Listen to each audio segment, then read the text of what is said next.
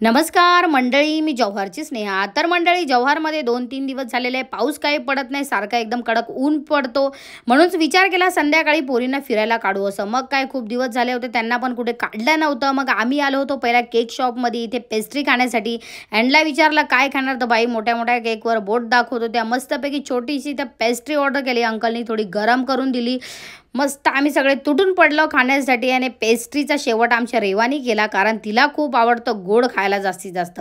मग इकडनं आम्ही निघालो होतो मोर्चावर जाण्यासाठी। अंकलकडे आलो, मस्तपैकी पाणीपुरीची पहिला ऑर्डर दिली। मला खायची होती पाणीपुरी आणि यांना खायची होती शेवपुरी। आता आम्ही आलो होतो तेवढ्यात गर्दी नव्हती ना भाई, 5 मिनिटात अंकलकडे खतरनाक गर्दी झाली, कारण का अंकलची पाणीपुरी खूपच फेमस आहे जव्हारमध्ये। मस्तपैकी यांची शेवपुरी आली मस्त। आम्ही चौघींनी पण पाणीपुरी शेवपुरी एन्जॉय केली, खास करून रेवा आणि ध्रुवीने जास्त एन्जॉय केली। शेवटला आपल्या हक्काची सुक्की पुरी अंकलकडून मागून घेतली, ती सुद्धा आम्ही चौघींनी मस्त एन्जॉय केली।